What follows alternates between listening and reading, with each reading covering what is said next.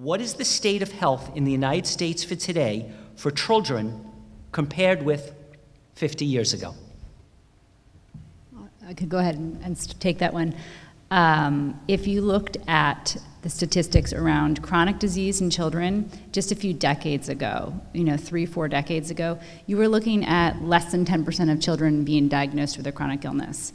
Right now, we have statistics that look like half or more than half of American children being diagnosed with a chronic illness. When I say chronic illness, that includes everything from obesity and diabetes, ADHD, autism, allergies, asthma, autoimmune diseases, the list goes on and on and on. Now, what's more frightening about that is that statistic applies to children who have a diagnosis.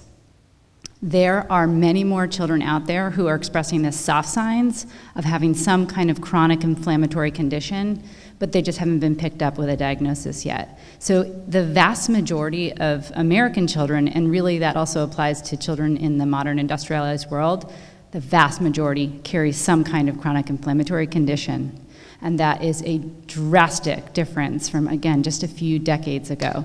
So it's really this post-World War II, really industrial modern era where we're seeing a compromised generation after generation of children who aren't well. They're just not well.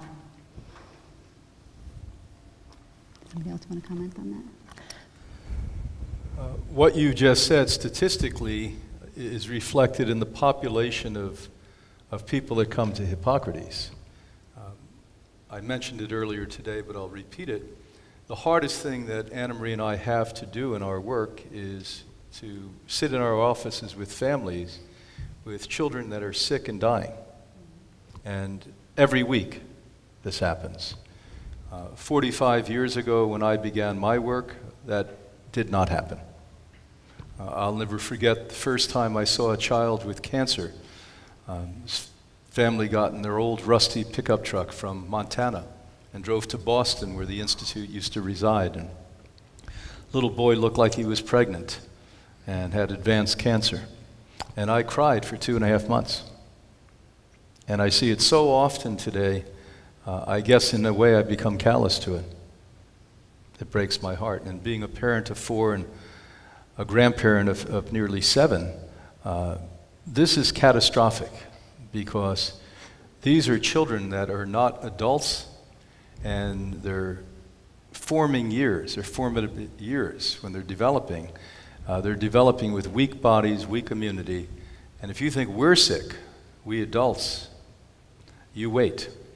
They did autopsies on young children that most often died in accidents. 70% of children now have cardiovascular disease by the time they're 15 or 16 years old. The beginning of cardiovascular disease. Cancer, we mentioned earlier today, is the first killer of our babies below 5, and the second killer, other than accidents, with our children below 16. And autism, we don't even want to hit that subject, is so heartbreaking and sad. It's a plague that's going to get worse by the day. Could I just add something, since you just hit on autism? And Steve, you had said, what did it look like before and what does it look like now? And there's another really stark contrast. Yeah. There was no autism the way autism is today. Now, sure, in the historical record, there are things that might have looked similar to autism in a very rare instance, and certainly starting in the 1940s, you begin to see that being documented, but in tiny increments. Now we're looking at 1 in 45 children with an autism diagnosis. So, there's all kinds of talk in the medical community and amongst public health authorities about autism being just something that we're paying more attention to, we're better at diagnosing, we're better at tracking. While that's all true, that actually only accounts for a fraction of the increase. Yeah, the numbers, give them the numbers, love. It was in 1940 between 1 out of 10,000 to 1 out of 15,000, and today? 1 in 45. And the other thing is, if you walk into any elementary school, which I do frequently because I have 3 in elementary school right now, and the classrooms look different. I remember when I was growing up, I knew one child who had asthma. If you walk into the elementary schools right now and you go into the nurses' offices, the walls are lined with EpiPens. EpiPens are those life-saving injections of epinephrine for a child who has an anaphylactic food allergy. You walk into the elementary schools and you see peanut tables. You have classrooms that are now designated not just as nut-free, but milk-free. Dairy is one of the fastest-growing anaphylactic, which can be life-threatening, food allergies in the country. So we are seeing a completely different body of children where they have life-threatening food allergies. You see neurobehavioral, neurodevelopmental disorders like never before.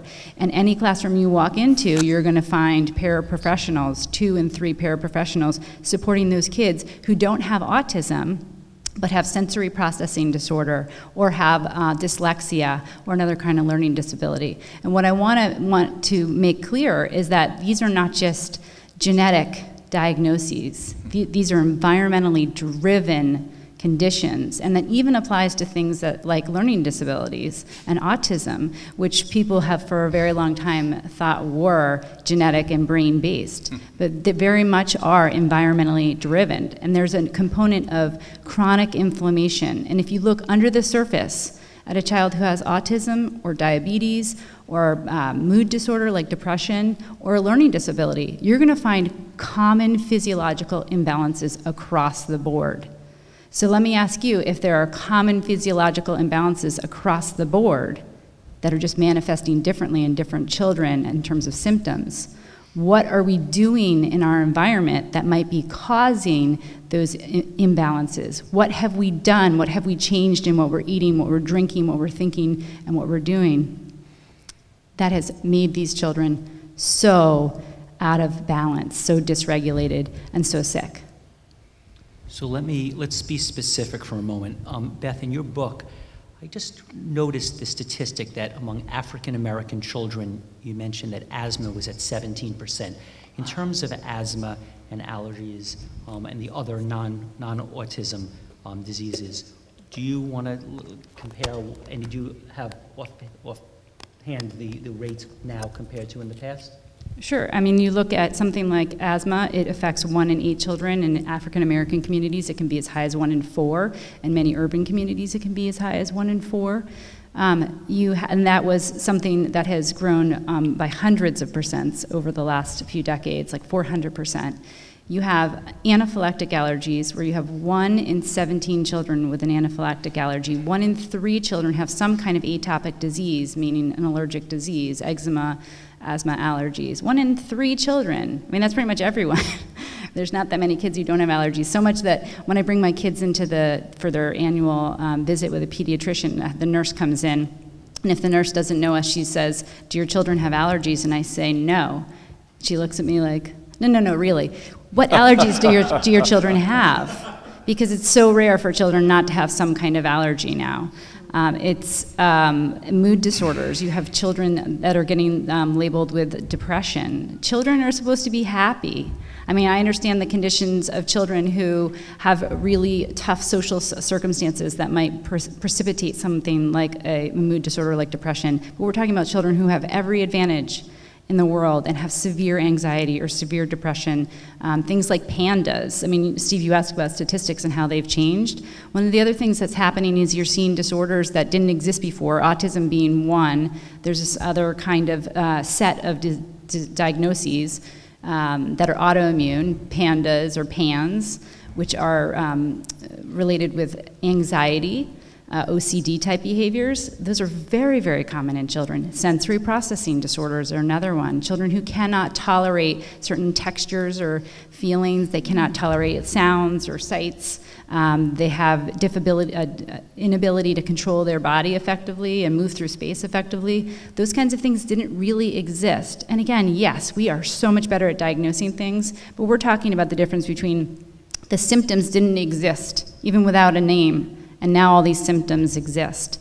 So that is, just a few of the areas where we're seeing, all of the epidemiological studies look like this now, hockey sticks, where they didn't exist before and now they look like this.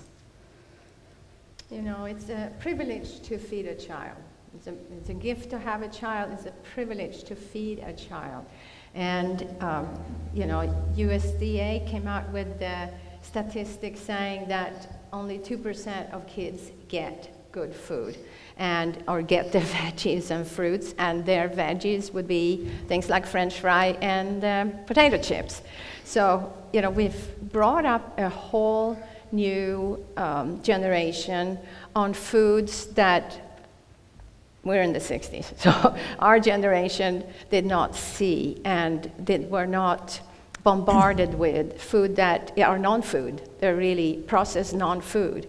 And their poor bodies are reacting, and we're setting them up for asthma, we're setting them up for obesity and cardiovascular system. And 1 in 3 of little kids, 2-year-old, are obese. And, you know, we always call our kids and grandkids chunky monkeys, but, you know, it's a whole other story when you raise a child vegan and you nurse. Your children are robust. They're solid and they're really, really healthy because they get everything in that mother's milk. A cow's milk for sure will never give my baby what my baby needs. So everything really starts from the beginning. We're serving formula to children that doesn't have anything of what mother's milk has. So we're starting them off with trash. And I think that we need to create a totally different system where we educate young women and men. This is what it is. This is the gift and this is the privilege that you were given. And to me, anybody who feeds anybody, I think any restaurant, I think any place, any little cafe has that privilege and should be ashamed by not serving good food. And schools should really be ashamed. We just had a group of 35 teachers come to the Institute, and they totally agreed. They totally agreed. The food is terrible. And that's what you're learning in school. So what else are you going to eat when you get out of school? So, you know, it's that privilege that we need to take back and realize, how can I garden things? How can I sprout things at home? I can live on the 14th floor and I can be very independent and grow my own food. And so this is not a lifestyle that, you know, a few can do. This is for everybody. And on the other hand, there's more natural foods available. Almost every little town has a natural food store. More and more schools are doing gardening programs. There's books out there that have recipes for kids. So it's more available, and we really shouldn't have so many more excuses. So it's really up to the parents and the teachers, and we're the ones who are making this available to them. But I see so many homes where people are complaining, oh, it's so difficult to feed my child gluten-free. And it's like the whole family has to get on board and do it, because you can't say, you get the pink cupcakes and you have the little raw beige ones with the walnuts on top. Right? Exactly. But you can make pink cupcakes with beet powder and make it fun and make it beautiful. So, you know, there's a lot of tragedies, but yet it's an opportunity to rise up and do something different. And one of the things that I find really easy with kids is to get them to eat the rainbow. And so my grandchildren call me at night and they say, Grand-mère, I had something red and green and yellow today and blue. It's like, okay, well, tomorrow let's try for some purple. And so it's a challenge. And I know there's very, very serious conditions out there, but we have to focus on what can we do to make it better. Right. One of the things that you do that's interesting is you can actually pick from nature free. And children love this. You may not like it, but children love it. And so I'm sure you've done weed walks with children, your own children, grandchildren. Why don't you talk a bit about that and the benefits of that? Well, when my kids were little and they would say, Mom, can I have some money? I'd say, yes, we're going to go for a walk around the block. I'll give you $0.25 for every plant you can identify, 50 cents if you know the Latin name, and $1 if you can tell me 3 uses. And we wouldn't walk the same block. It's like, oh no, like tonight we're walking over on Pine Street, you know, we're not going on the same walk, because, And so, you know, I always felt like, what would you do if there was an earthquake or a hurricane or something? Would you be one of these people who did not know what to do? And I think the sooner we, you know, bring our children into the kitchens with us so that they're helping us. And, you know, for all of you have children, and you know that it really early on becomes a power struggle. Like, who's in charge here? I'm 3 years old. I'm the boss of the house. So, you know, rather than like telling kids, like, we're having zucchini for dinner, you say, do you want broccoli or zucchini? And if they get to choose it, then they feel empowered. And rather than saying why maybe we don't eat sugar, or why maybe we don't eat drink cow's milk or something, like, what are the reasons why? They need to know the reasons. And, you know, I know my daughter Rainbow shows the children in her life the YouTube Meet Your Meat. You know, like, whoa, let's go visit a slaughterhouse. And I'll tell you, that can change your Straightens them out take quick. on hot dogs. Straightens them out quick.